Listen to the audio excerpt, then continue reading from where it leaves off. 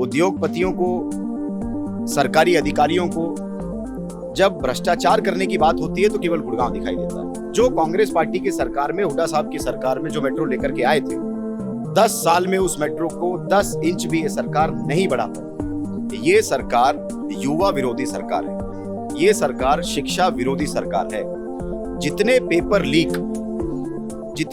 Leak इस सरकार के अंदर हुए, जितने पेपर कैंसिल इस सरकार के अंदर हुए, वो आज तक देश के इतिहास में कभी नहीं हुआ। अगर आपको 10 युवा साथी भी पूरी विधानसभा में मिल जाएं, जिनको बिना खर्ची बिना पर्ची नौकरी मिली है, क्योंकि जो व्यक्ति ये मंच पर कहते थे कि मुझे फला पार्टी नहीं देगी तो मैं दूसरी पार्टी से ले आऊंगा, आप धन्यवाद नहीं देंगे? आपका रास्ता खोल दिया राव नरवीर ने। जो व्यक्ति अभी भी ये कहते हैं कि मैं तो लट के जोर पर टिकट लेकर के आया हूँ, तो उन सभी भाजपा के भाइयों का, कार्यकर्ताओं का मैं समझता हूँ कि तिरस्कार करने का काम किया है। जो है, मेरे परिवार में कोई राजनीतिक बैकग्राउंड नहीं रहा।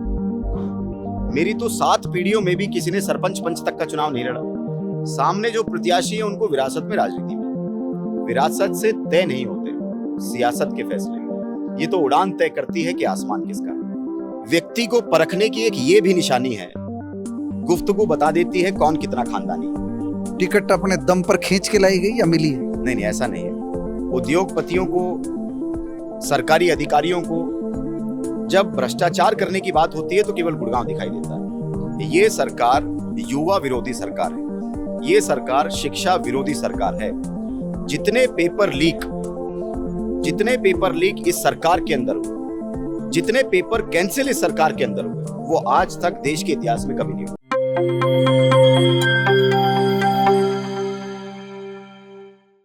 दोस्तों नमस्कार, सादर अभिवादन। मैं हूं महेश कुमार वैद्य और आप देख रहे हैं एनजेपी हरियाणा। आज हमारे साथ मौजूद हैं कांग्रेस के उम्मीदवार वर्धन यादव। बादशाहपुर विधानसभा सीट से चुनाव लड़ने जा रहे हैं। कांग्रेस ने इन पर भरोसा जताया है। बहुत सारे साथी टिकट मांग रहे थे, लेकिन वर्धन सब पर भारी पड़े। सबसे पहले तो वर्धन से इनका परिचय जानेंगे, इनकी राजनीतिक सफ़र के बारे में जानेंगे। इनके राजनीतिक सफ़र कहाँ से शुरू हुआ, कांग्रेस में इनकी राजनीति कहाँ से शुरू हुई। हम एक कड़ी चला रहे हैं, पाठकों को, दर्शकों को ये बता रहे हैं कि आप अपने उम्मीदवार के बारे में अच्छे से समझ लें। तो वर्धन यादव के बारे में नाम सबने सुना है, दूर दराज तक सुना है, गुड़गांव से बाहर भी सुना है, रेवाड़ी जिले में भी आपको जानते हैं, सब जगह जानते हैं वर्धन यादव। लेकिन वर्धन यादव कौन है, ये इनसे जानेंगे, इनसे सभी बातों पर विस्तार से बात करेंगे। वर्धन जी, सबसे पहले तो आपका स्वागत है, आपको बधाई, टिकट मिली आपको। बहुत बहुत धन्यवाद सर। और शुरुआत में मैं सबसे पहले, जो मुझे चुनाव लड़ने का अवसर मिला है, कांग्रेस पार्टी के शीर्ष नेतृत्व आदरणीय राहुल गांधी जी, मेरे नेता, आदरणीय मल्लिकार्जुन खड़गे जी, आदरणीय केसी वेणुगोपाल जी, और प्रदेश के हमारे सभी नेतृत्व का मैं बहुत बहुत धन्यवाद करना चाहता हूं। चौधरी भूपेंद्र सिंह हुड्डा जी, चौधरी उदय भान जी, युवा दिलों की धड़कन भाई दीपेंद्र हुड्डा जी, और खास तौर पर यूथ कांग्रेस की राष्ट्रीय लीडरशिप का मैं धन्यवाद करना चाहता हूं, जिनकी वजह से मुझे चुनाव लड़ने का अवसर मिला। वर्धन जी, जब हम कांग्रेस के नेताओं की तरफ दृष्टि डालते हैं तो यहाँ पर हम जो कांग्रेस को जिस रूप में देखते हैं, हम फील्ड में घूम रहे हैं, यहाँ कोई हुड्डा का आदमी है, कोई कैप्टन का आदमी है, कोई शैलजा का आदमी है, कांग्रेसी कम है। वर्धन यादव खुद को कहाँ खड़ा पाते हैं? देखिए, मैं समझता हूं कि आज जो पूरे प्रदेश में जो लहर है, वो लहर एक कांग्रेस के पक्ष में लहर है। और जब हम कांग्रेस की बात करते हैं तो सभी हमारे आदरणीय नेताओं का अपना बहुत बड़ा बड़ा जनाधार है। और मुख्य रूप से अगर हम इसको देखें तो प्रतिपक्ष के नेता चौधरी भूपेंद्र सिंह हुड्डा जी आज प्रदेश के सबसे बड़े सर्वमान्य 36 बिरादरी के नेता हैं। भाई दीपेंद्र हुड्डा जी युवा दिलों में आज सबसे ज्यादा स्थापित अपने आप को कर चुके हैं। उदय भान जी का अध्यक्ष के तौर पर कार्यकाल बहुत ही बेहतरीन रहा है। उसके अलावा भी अन्य जितने नेता हैं, सभी का अपना वर्चस्व है। और कांग्रेस पार्टी एक सामूहिक तरीके से 36 बिरादरी की लीडरशिप को लेकर के इस चुनाव में जा रही है और चुनाव को जीतने की तैयारी कर रही है। बादशाहपुर के इस युवा ने, युवा दिलों की धड़कन जिनको बता रहे हैं आप, उनके दिल में जगह कैसे बनाई, आपका कांग्रेस में कैसे आना हुआ, वो शुरुआत अपनी बता दीजिए हमको। महेश जी, मैंने 2009 में जब दिल्ली विश्वविद्यालय में मैं पढ़ा करता था, तो कांग्रेस पार्टी का जो छात्र संगठन है, NSUI जिसको हम बोलते हैं, भारतीय राष्ट्रीय छात्र संगठन, उससे अपने राजनीतिक जीवन की शुरुआत की थी। रामजस कॉलेज में मैं पढ़ा करता था। रामजस कॉलेज में पहले सेंट्रल काउंसिल का चुनाव लड़ा, फिर एग्जीक्यूटिव काउंसिल का चुनाव लड़ा, फिर दिल्ली विश्वविद्यालय छात्र संघ, जो कि देश का सबसे बड़ा छात्र संघ का चुनाव है, वो कांग्रेस पार्टी ने मुझे मौका दिया और मैंने वो चुनाव को लड़ा। तो छात्र राजनीतिक जीवन से शुरुआत हुई, धीरे धीरे यूथ कांग्रेस में आया, यूथ कांग्रेस में आकर के राष्ट्रीय स्तर पर श्री राहुल गांधी जी ने मुझे मौका दिया, यूथ कांग्रेस का राष्ट्रीय सचिव बनाया और पूरे देश में कश्मीर से लेकर के कन्याकुमारी, कोहिमा से लेकर के कच्छ तक हर एक जिले की राजनीति और संस्कृति को समझने का अवसर मिला। तो 15 साल अपनी संगठन की तैयारी करने के बाद पिछले 5 सालों से वर्धन यादव बादशाहपुर विधानसभा में धरातल पर एक्टिव है। वर्धन यादव बादशाहपुर में 15 साल से एक्टिव बता रहे हैं खुद को। 15 साल में तो आदमी ने सब कुछ समझ लिया होगा, जान लिया होगा, एक रोड मैप भी आपके मन में तैयार हो लिया होगा। अभी आप कांग्रेस के उम्मीदवार हैं, यहाँ से आपका विजन क्या रहेगा बादशाहपुर को लेकर के, गुड़गांव की राजनीति को लेकर के, क्योंकि दोनों आपस में टच है, नगर निगम के आपस में क्षेत्र मिले हुए हैं। आपको क्या लगता है जो पूरे देश में साइबर सिटी कहलाता है, जो पूरे देश में मिलेनियम सिटी कहलाता है, वहाँ हम देखते हैं समस्याओं के अंबार है। आपकी 10 साल कांग्रेस की सरकार हमने देखी, हुड्डा सरकार, उसके बाद में मनोहर लाल सरकार को भी देखा, अब नायब सैनी चला रहे हैं थोड़े दिन के लिए, तो नायब साहब का तो हम कोई उल्हाना इसमें दे नहीं रहे। लेकिन दोनों सरकारें देखिए, गुड़गांव को लेकर के जो जल भराव है, बादशाहपुर में जो जल भराव है, जो यहाँ की गलियां सड़कें जो बदहाल है, उस स्थिति के लिए आपके मन में क्या रोड मैप है, क्या विजन लेकर के चल रहे हैं, वो बताइए आप। देखिए महेश जी, मैं आपकी बात से पूर्ण रूप से सहमत हूँ। इस 10 साल की पहले भाजपा जजपा सरकार ने और फिर भारतीय जनता पार्टी की सरकार ने 10 साल में अगर सबसे ज्यादा उत्पीड़न, सबसे ज्यादा शोषण किसी जिले का किया है, वो हमारे गुड़गांव जिले का किया है। गुड़गांव जिला अकेला एक ऐसा जिला है जो हरियाणा सरकार के खाते में 60% रेवेन्यू देता है। उद्योगपतियों को, सरकारी अधिकारियों को जब भ्रष्टाचार करने की बात होती है तो केवल गुड़गांव दिखाई देता है। लेकिन जहां हम इंफ्रास्ट्रक्चर के ऊपर यहां देखते हैं, मूलभूत सुविधाएं अगर हम गुड़गांव में देखते हैं तो बिल्कुल शून्य है। ना रोड है, एक दिन की बारिश आपने देखी अभी परसों, चारों तरफ पूरा गुड़गांव जलमग्न हो गया, रोड कहीं दिखाई नहीं दिए, खड्डे ही खड्डे चारों तरफ।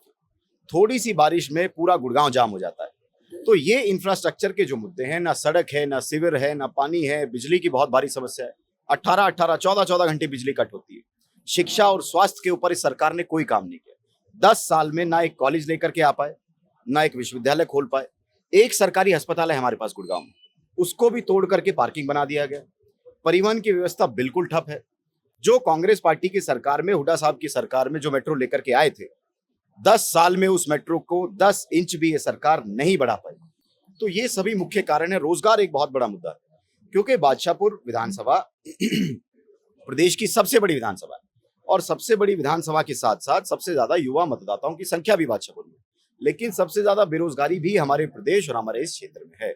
तो हमारी प्राथमिकता रहेगी युवाओं को उनकी योग्यता के आधार पर, स्थानीय युवाओं को ज्यादा से ज्यादा निजी और सरकारी रोजगार की व्यवस्था हो और खेल की व्यवस्था।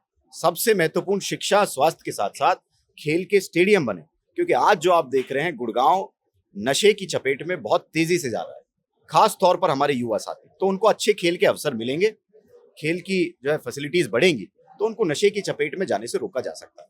वर्धन, भाजपा का दावा है, ऑन रिकॉर्ड दावा कर रही है, संख्या बता रही है कि हमारे 10 साल के कार्यकाल में बिना खर्ची पर्ची युवाओं को जितनी नौकरी हमने इस अहिरवाल बेल्ट में दी, गुड़गांव, रेवाड़ी, बादशाहपुर, ये पूरा का पूरा क्षेत्र आ गया है, इतनी कांग्रेस के राज में नहीं मिली थी। कांग्रेस के राज में पर्ची खर्ची चलती थी। मैं नहीं कह रहा हूँ, मैं आपसे जवाब चाह रहा हूँ। आरोप है पब्लिक का, कांग्रेस के राज में पर्ची खर्ची चलती थी, भाजपा के राज में पर्ची खर्ची नहीं चली। उन्होंने युवाओं को नौकरी दी और नौकरी भी कांग्रेस के राज से ज्यादा दी। 10 सालों की वो तुलना करते हैं। आप क्या कहेंगे, कैसे जस्टिफाई करेंगे इस तर्क? मैं बिल्कुल आपकी बात से सहमत नहीं हूं। ये सरकार युवा विरोधी सरकार है, ये सरकार शिक्षा विरोधी सरकार है। जितने पेपर लीक इस सरकार के अंदर हुए, जितने पेपर कैंसिल इस सरकार के अंदर हुए, वो आज तक देश के इतिहास में कभी नहीं हुए। मतलब भाजपा का दावा झूठा है? निश्चित रूप से 100% भाजपा का दावा ये झूठा है। अभी हाल ही में आपने देखा होगा कि नीट का एग्जाम लीक हो जाता है, बड़े बड़े पेपर लीक हो जाते हैं। अगर पेपर होते हैं तो भर्तियां रोक दी जाती हैं। तो इस सरकार ने, आप बादशाहपुर विधानसभा में गांव गांव घूम करके देखिए, अगर आपको 10 युवा साथी भी पूरी विधानसभा में मिल जाएं जिनको बिना खर्ची, बिना पर्ची नौकरी मिली है, और जो ये भ्रष्टाचार की बात करते हैं, आज आप तहसील में जाकर के देखिए, आज आप नगर निगम के ऑफिस में जाकर के देखिए, आज आप HSVP के डिपार्टमेंट में, GMD के डिपार्टमेंट में जाकर के देखिए, हर तरफ, चारों तरफ इतना भारी भ्रष्टाचार है, इतना भारी भ्रष्टाचार है जो कभी किसी सरकार में नहीं हुआ। तो इनकी कथनी और करनी में जमीन आसमान का फर्क है। वर्धन जी, जब लोकसभा चुनाव हुए थे तो पूरे हरियाणा में 50-50 का मैच रहा था। बादशाहपुर ने अपेक्षाकृत ज्यादा बढ़िया परिणाम दिए भाजपा के पक्ष में। आपने भी काफी मेहनत की थी, राज बब्बर चुनाव मैदान में थे। क्या कारण रहा वहां भाजपा के पक्ष में? जैसे इतनी समस्याएं आपने बताई, नगर निगम की समस्याएं हैं, दूसरी समस्याएं हैं, सीवर है, जल भराव है। क्या राष्ट्रीय नेतृत्व पर भरोसा किया मतदाताओं ने बादशाहपुर के ने? देखिए, पहली बात तो ये है कि 50-50 रिजल्ट नहीं था महेश। जब लोकसभा का चुनाव हुआ, कांग्रेस पार्टी ने 9 सीटों पर चुनाव लड़ा था, एक आम आदमी पार्टी गठबंधन में गई थी। तो 9 सीटों में से 5 सीटें कांग्रेस पार्टी ने जीती हैं और 5 भारतीय जनता पार्टी ने जीती। तो 9 में से हमने 5 जीती है। लगता है अच्छी वकालत कर लेंगे। बहुत बढ़िया तरीके से हमने चुनाव को लड़ा है, जीता है। और अगर इस कैलकुलेशन को हम विधानसभा में लेकर के जाते हैं तो 46 सीटों पर कांग्रेस पार्टी की बढ़त रही, 44 सीटों पर भारतीय जनता पार्टी की बढ़त रही। तो हम तो लोकसभा में भी उनसे काफी आगे हैं। वोट शेयर की अगर हम बात करते हो तो पूरे देश में सबसे ज्यादा वोट शेयर गठबंधन का कांग्रेस पार्टी का हरियाणा में था। और उससे ये दृढ़ निश्चय हो गया कि हरियाणा की जनता ने इस विधानसभा चुनाव में बदलाव का मन बना लिया है। पूर्ण बहुमत की कांग्रेस पार्टी की सरकार हरियाणा में बनने जा रही है। हम ये मान लेते हैं कि वर्धन यादव को अगर जनता चुन लेती है, विधायक बना देती है, वर्धन यादव के कोई 5 वादे बादशाहपुर विधानसभा क्षेत्र के लिए, ताकि 5 साल बाद आपसे हिसाब लिया जा सके, पब्लिक मांग सके, क्योंकि आपने भीड़ के बीच बिठाया है कि पब्लिक सुन रही है आपकी बातें। 5 वादे बादशाहपुर विधानसभा क्षेत्र के लिए क्या करना चाहेंगे? क्या आपका जो विजन है बादशाहपुर के लिए वो बताइए। देखिए, 5 वादे तो मैं वादों पर आता हूं, लेकिन उससे पहले, क्योंकि आपके मैनिफेस्टो के बाहर की बात कर रहे हैं, वर्धन यादव के मन में क्या है? वादे तो आप जिस गांव में हम जाएंगे, जिस गांव की जो समस्याएं हैं, एक पूरी विधानसभा का तो हम अलग से मैनिफेस्टो बनाएंगे, लेकिन जो गांव की छोटी छोटी समस्याएं हैं, हर एक गांव की अपनी अलग अलग समस्या है, उन समस्याओं के ऊपर हम बात करके इस चुनाव को लड़ेंगे। लेकिन उससे सबसे पहले, इससे भी जो महत्वपूर्ण मुद्दा है वो ये है, वर्धन यादव की जो चुनावी रणनीति है वो इंसानियत की। वर्धन यादव की चुनावी रणनीति जो है वो मेहनत की है, ईमानदारी की है, निष्ठा की है और मान सम्मान की। मैं अपने इस हलके के लिए, अपने हलके के लोगों के लिए, बड़े बुजुर्गों के लिए, माताओं बहनों और युवा साथियों के लिए उनके मान सम्मान की लड़ाई लड़ रहा हूं। मेरे घर पर, मेरे दरवाजे पर, मेरे कार्यालय पर जो भी व्यक्ति आएगा, किसी को परिचय देने की आवश्यकता नहीं, किसी को किसी बिचौलिए लेकर के आने की आवश्यकता नहीं है परिचय की। वर्धन यादव के द्वार मेरी देवतुल्य जनता के लिए 24 घंटे 365 दिन खुले रहेंगे और पूरे मान सम्मान के साथ उनका हम स्वागत, अभिनंदन, वंदन करेंगे। इस इंसानियत को लेकर के हम आगे चल रहे हैं और चुनाव लड़। वर्धन जी, बहुत सारे साथी लाइन में थे, टिकट चाह रहे थे। कौन सा टर्निंग पॉइंट था जब वर्धन यादव को लगा कि अब बात बन गई है? देखिए, जितने भी हमारे साथी इस चुनाव को अपने उम्मीदवारी की जो लड़ाई लड़ रहे थे, सभी साथी बहुत मजबूत साथी थे। लगभग सभी साथी मुझसे ज्यादा पार्टी में सीनियर थे और सबकी अपनी अपनी काबिलियत भी थी। लेकिन चुनाव जैसा आप समझते हैं कि टिकट किसी एक ही व्यक्ति को मिलती है। पार्टी ने देखा कि बादशाहपुर विधानसभा सबसे बड़ी विधानसभा, 518 बूथ है, लगभग 5.25 के आसपास, 5.25 लाख के आसपास वोटर है। तो इस विधानसभा को 518 बूथ को कवर करने के लिए केंद्रीय नेतृत्व और प्रदेश के नेतृत्व ने यह तय किया कि किसी युवा व्यक्ति को हम इस चुनाव को लड़वाने का काम करें, जो 24 में से 20 घंटे 22 घंटे मेहनत करके इस चुनाव में लड़ाई लड़के अपने लोगों के मुद्दों को उठा करके जमीनी स्तर पर काम करे और ज्यादा से ज्यादा भाग दौड़ करके इस चुनाव को लड़ सके। वर्धन जी, आपकी पार्टी में जब हम संगठन स्तर पर देखते हैं तो आपकी पार्टी में क्या, ज्यादातर पार्टियों में गुटबाजी, इस समय बगावत का दौर है। आपके यहाँ जो टिकट मांग रहे थे उनमें से भी कुछ लोग नाराज होंगे। क्या आप उनसे मिलने गए? अभी तक किसी से मुलाकात हुई है? कुछ डैमेज कंट्रोल कर पाए अभी? देखिए, आज हमारी जो पूरे समाज की 36 बिरादरी की जो आदेश था वो ये था कि हम सबसे पहले अपने गांव बादशाहपुर की एक पंचायत करें। तो आज 3 बजे हमने गांव बादशाहपुर में एक पंचायत रखी है और उसके बाद रात तक, और कल का दिन भी मैं इसमें जो है, कल का भी आधा दिन हम इसमें लगाएंगे। जो जो साथी चुनाव लड़ना चाह रहे थे, जो जो साथी हमारे टिकट मांग रहे थे, उन सभी के पास जाकर के, उनसे हाथ जोड़ करके, सभी को साथ लेकर के मैं चलूंगा। और निश्चित रूप से मैं कहना चाहता हूं, राव धर्मपाल जी जो कि आज स्वर्ग में है, उनको मैं अपना राजनीतिक आदर्श मानता हूं। अपनी इस विधानसभा की टिकट को मैं राव धर्मपाल जी को समर्पित करना चाहता हूं, उनके परिवार को समर्पित करना चाहता हूं और सभी को साथ लेकर के हम आगे बढ़ेंगे। अब एक सवाल आपके कंप्यूटर के बारे में। आपके सामने जो है राव नरवीर सिंह, आपको पता ही है किस तरह से धमका करके मजबूती के साथ टिकट लेकर के आए। सार्वजनिक थे उनके भाषण, हमको कुछ कहने की जरूरत नहीं।